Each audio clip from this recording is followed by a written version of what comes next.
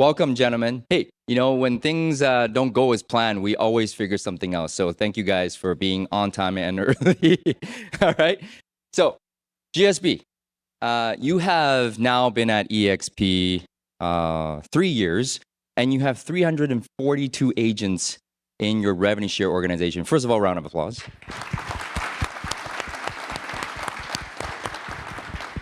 But tell us your story. How did you start? Where do you come from? All right. Well, so I started working at a very young age. At the age of 8, I started delivering newspapers with my family.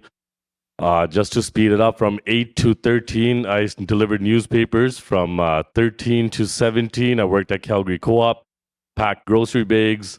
17 and a half, I worked at Calgary Duty Free Shop, sold some lipstick and makeup. I don't know how, I don't know how I got there, but that was my first sales experience. And then when I was 18, I worked at Hertz Rental Car. And how I got into real estate, being a supercar enthusiast, I was actually at a Shell gas station once and was very broke. I was deciding if I should put $10 of gas or $15 of gas in my car at the time. And I saw a Ferrari pull up. And I asked that guy, I'm like, hey man, what do you do for a living? He's like, I sell real estate. I asked him, is it hard? He's like, if you can sell. He's like, it's not hard.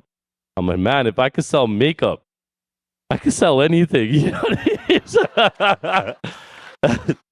So, yeah, when I was 18 years old, I got into real estate, and that was in 2006. Fast forward to now, I have a sales team of 24 people, which is my family. This year, we're on track to do over, hopefully, 500 homes sold this year, and built our revenue share organization together. It's just been a great awesome time. It's a very inspiring story, and you're only, 35 years old? 36, old man now. So, Raj. Well, I always say I'm rewriting my story again. My name is Rajwinder Sandhu. Born and raised in India. English is my third language. So if you guys have a little bit hard time understanding, please, I do apologize at the start.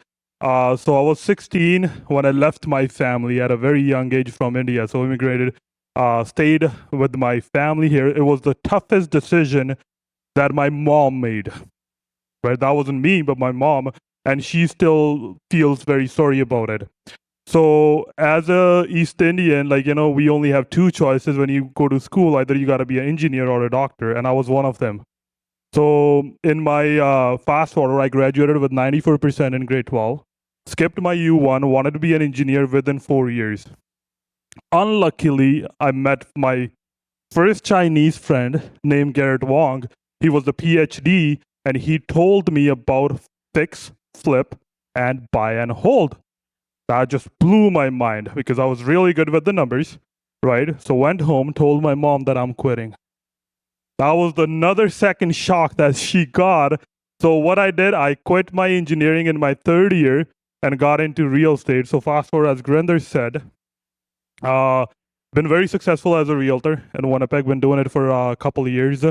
Again, when I say I am rewriting my story, so been in the industry for 13, 14 years, got all the awards that you could as a successful realtor, met Gurinder, got into EXP, brought my organization in first year up to 70 business partners.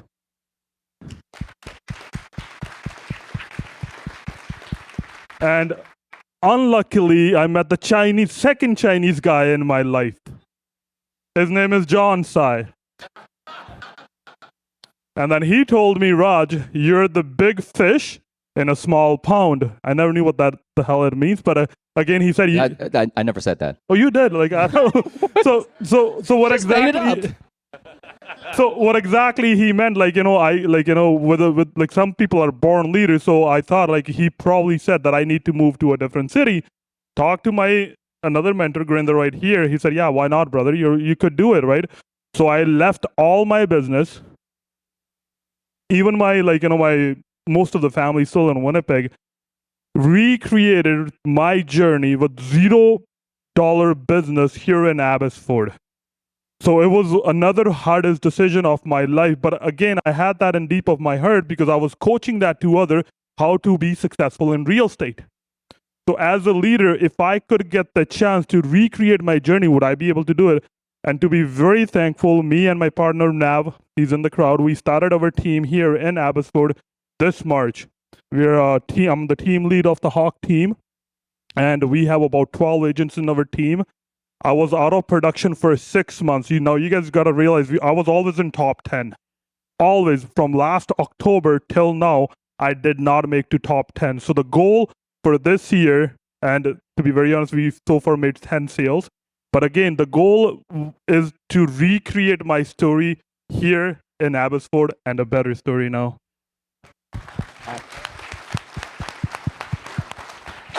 It's hard enough to move from India to Canada, and then you made another move from Winnipeg to Vancouver.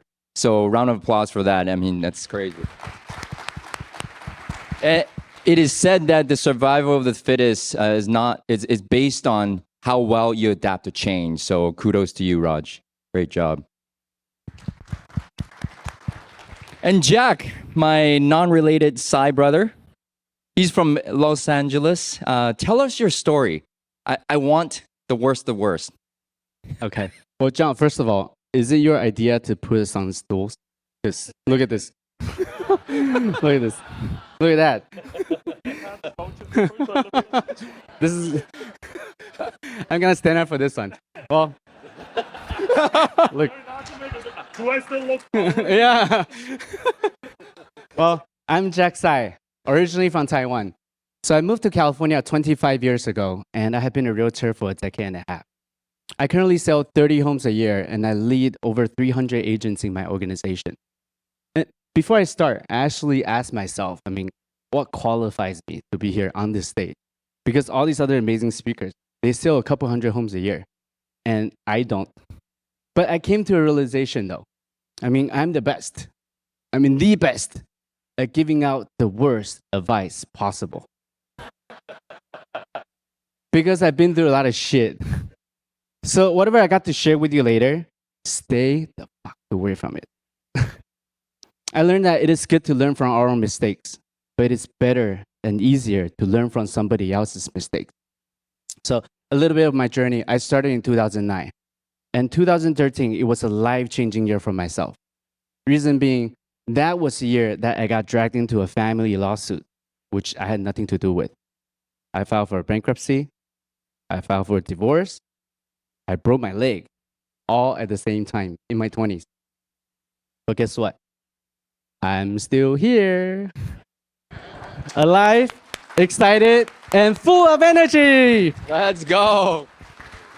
So I'm going to be sharing with you a couple bad advices for you to stay away from. This way, it's going to save you a lot of time, effort, and money.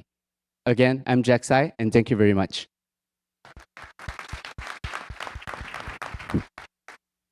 That was the beginning of the panel, not the end. So, Gurinder, you guys sell a couple hundred homes a year. And, in today's real estate market right now, it's tough for agents to get deals. How are you getting deals right now in this tough market? It's actually, it's very important to have a schedule and have things in your calendar. I'm a big believer, if it's not in your calendar, it doesn't exist.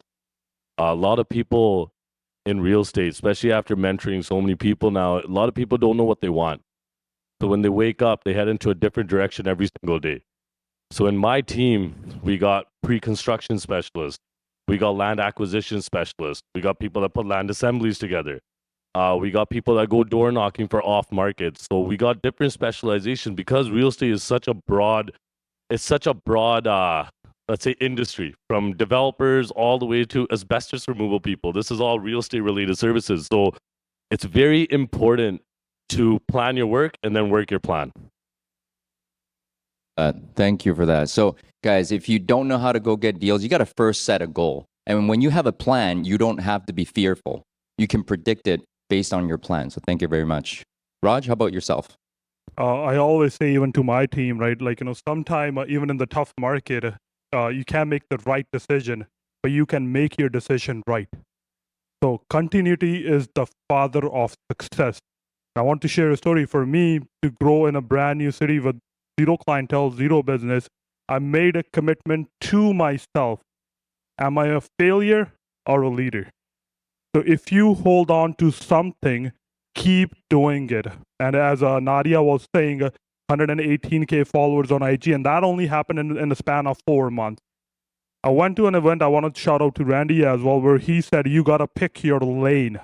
There is so much distraction out there, so many things happening, so much people wanted to do, but what they forgot, who you are. If you bring everything back to you, who you are, you will pick a better lane. And I never knew that social media was for me. And my one reel just went like viral, 5.9 million views on it. Right? And it's just,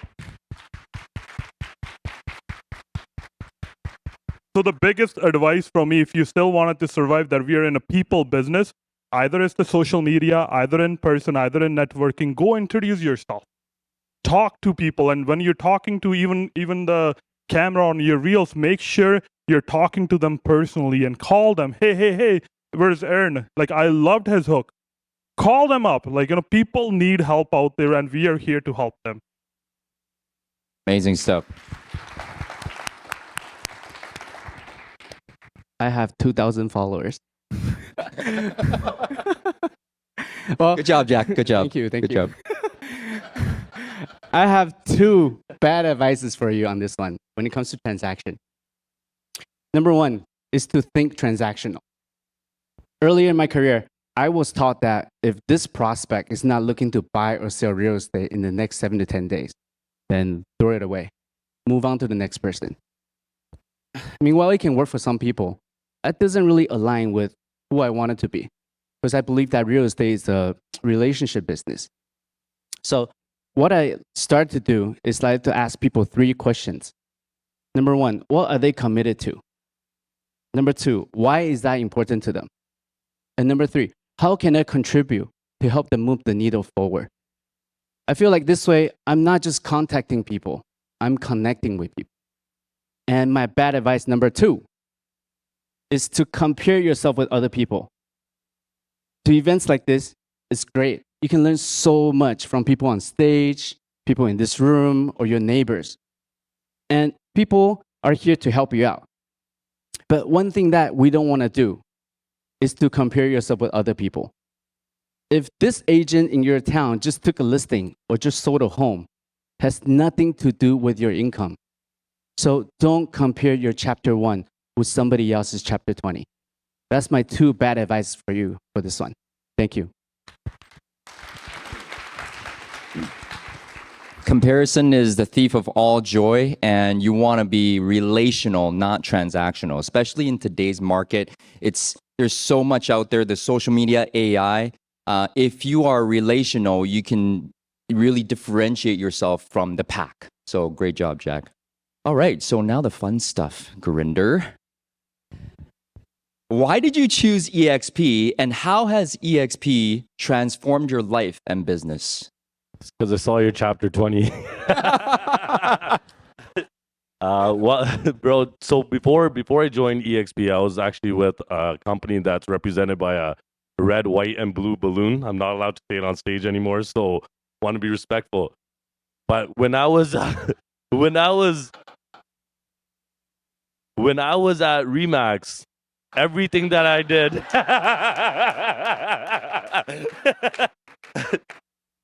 everything that I did was all active effort. I was a Diamond Award winner, which for people that don't know, that's you have to do over $1 million in gross commissions a year to get a Diamond Award winner.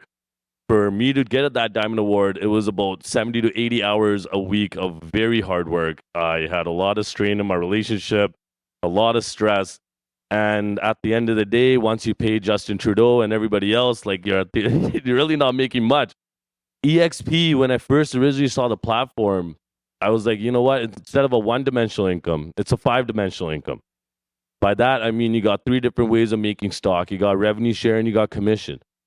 And the way I wanted to put it, I don't have kids yet, but I'm going to be nice to have some stock that in 18 years, if your kids were going to college, if you're disciplined enough, you'd have millions of dollars in your stock account just for being disciplined. Revenue share.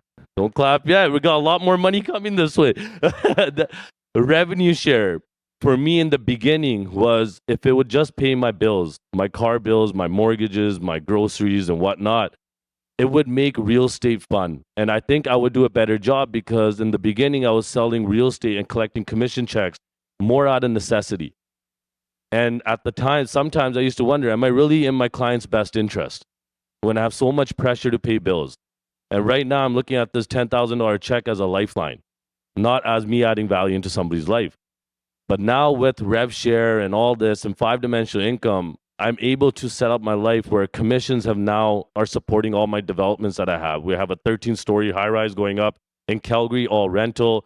We just bought a 41,000 square foot building, 4.2 acre site, and we're building 7 townhouses with legal suites.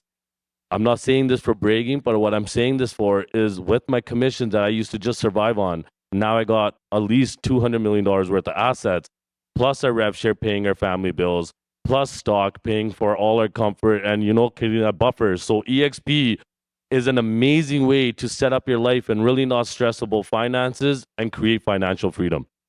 Drop the mic. Wow. Thank you, Gurinder. Amazing job. Don't leave me hanging. Don't leave me hanging.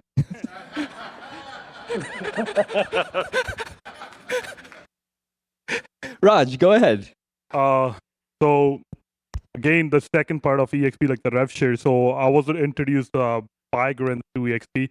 Had no intention of coming over to EXP because my broker told me that it was a shiny toy, and we didn't have a balloon like red and white. We only had a red and white. So I don't know if that. So again, I always say it's the people attract people. It's not the company itself. When he told me, I only told him one thing. I was like, brother, I trust you. Do not break my trust. We are related on the family side as well. I was like, you know my family, you know my income, you know my expense. If you broke my trust, we are done, right? And that's what I always say. Money is a byproduct on who you meet. That's the same thing goes with the client and all of them. And for me, EXP, I didn't do any due diligence. The second thing was like another home run. So after he sponsored me, I went to where I was completely sold on EXP. So I went to an event in Calgary called The Playbook. It was hosted by Courtney Atkinson. In that, I listened to Brent Grove, and that's where you meet the true leaders. And this was the first time I actually met him in person. In his presentation, if you're good coachable, message me and I'll text you back. I was like, this guy is in somewhere out, and then he makes millions of dollars, and I'm here just starting an EXP. He doesn't even know my name. Would he really reply me back? With the roll-up page, 12 years, I hit again, Director Award, all those awards. I did not even know who owns roll-up page. The sooner I messaged Brent Grove, he messaged me up with thumbs up, and I still have his picture. And that's where I thought the true leadership is in. And where you guys are sitting, just wanted to see the success story, how EXP back you guys up, why the company is better. I was just sitting, one of you guys, just like you. And from there to here, it's less than 2 years, guys. They will showcase you. If you have leadership skills, you could be the next Raj right here. So it's all up to you what exactly you're looking for. Again, people attract people. Well said. And you do not want to break Raj's trust. He is 6'3", 240 pounds. And vegetarian. I don't know how anyone gets this big eating tofu. I don't get it. And a 6-foot beard. Jack, go ahead. Initially, when I joined EXP, it was because I want to be like you. Yeah. Make good money, good looking. He's got 2 daughters. I went ahead and made 2 daughters. I mean, after saying that, I do feel kind of creepy. But you're my bro. You laugh, okay? You laugh. All right, I got 2 bad advices for you on this one as well. Ready? Let's go. So, number 1 bad advice, actually number 3. The third bad advice for you is to believe that if you do more, you will have more versus focus on being more. So, early in my career, I was taught that real estate is a numbers game. It's a contact sport. So if you want to double your results, then double your input. So initially, I was calling 25 to 50 people a day. And guess what I did? I went ahead and called 50 to 100 people a day. Who here likes to make 100 calls a day? Context. Exactly my thought. I found a better way for myself is to first identify what do I want to have in the future. And based on that, who do I need to become? What do I need to know? How do I need to talk? Most importantly, how would I feel if I have already achieved my goal? Bring that feeling to today and take massive and inspiring action. And we will have what we will have in the future. Be, do, have. And the fourth bad advice is that oftentimes we try to figure everything out on our own. So there are two types of Asians out there.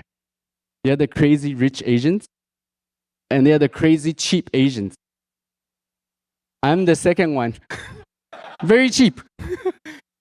What that means is that I like to learn, but I don't like to pay. Hey, the Asians, you know what I'm talking about. So in 2011, when I decided I want to do this full time, I was like, I need to learn how to do this. So I spent money to hire a coach. It's not easy for me to do. But the best part with being an EXP is that you got a lot of people that want to help you out.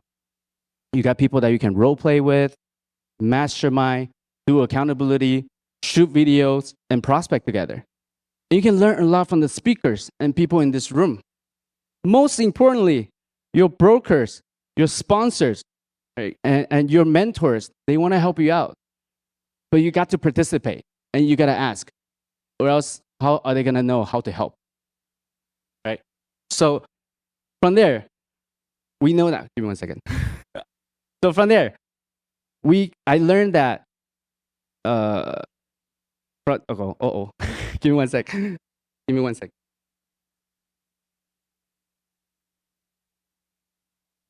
All right. So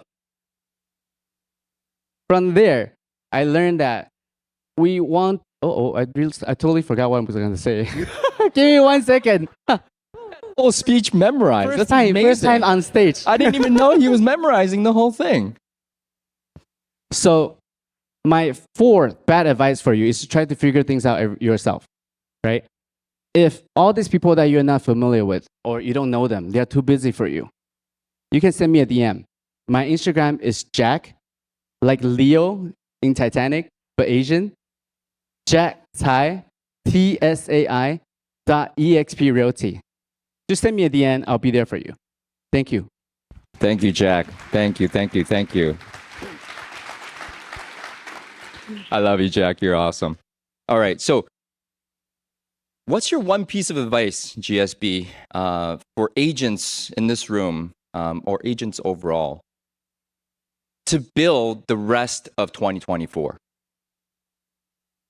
Execution. Execution is the biggest thing. A lot of people sit there and they manifest, and I think manifestation is a really good thing, but manifestation and a plan without execution is absolutely useless. Also, work your dreams. Like I have this one quote, and I'm gonna actually leave it with this, and this quote will probably cover it. It's do what's easy and your life will be hard, and do what's hard, your life will be easy.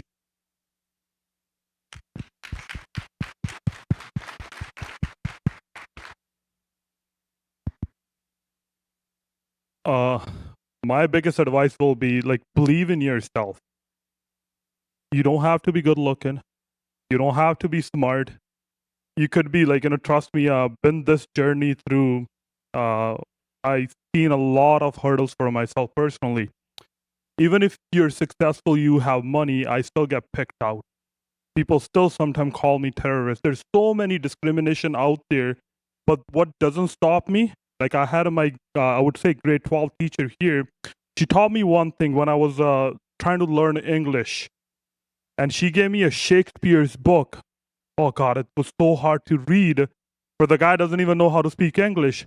But she told me one thing, Raj, whatever doesn't kill you, make you stronger. And that stuck up to me. And the second thing is manifestation. I want to say one word in Punjabi because I see the crowd out there. ਆਪਣੀ ਪੰਜਾਬੀ ਚ ਕਹਿੰਦੇ ਆ ਜੋ ਮੰਗੇ ਠਾਕੁਰ ਆਪਣੇ ਤੇ ਸੋਈ ਦੇਵੇ. So what that means, whatever you ask for, you will get it. It's up to you when you wake up. If you're complaining, you will get complaints. If you're worried about the traffic, you will get the traffic. So think before you think. Right? Just take that 30-second pause, and before you make anything, as I say always, like, as Jack said, like, we got tons of good mentorship here. You cannot control your first thought, but you could second. So if the negative thought comes in, guess what? Stop it right there. Right? So manifestation it's a key. I'm gonna demonstrate what doesn't kill me just made me stronger. So I'm gonna stand up for this part again. I got a short story I want to share about this part. In 2019, when I first came to EXP, I called John. I don't know if you remember. I told him, hey, being the first person and the only person that joined under you in California, while nobody really heard about EXP, it's actually kind of scary. But I was telling him that, even if this doesn't work out, I can proudly say that at least I tried. Guess what he said to me? He said, failure is not an option. It was at that moment I realized that successful people think differently. And it was at that moment that I decided that I want to be a better communicator, a better leader, and a better agent, so that I can attract the type of people that wants to work with me. And I can attract more people that's trusting us with our service. So my question for you is, if failure is not an option for you, how would you run your business? Again, I'm Jack Sai. Thank you very much. Please give it up to John and Crystal for making this event possible.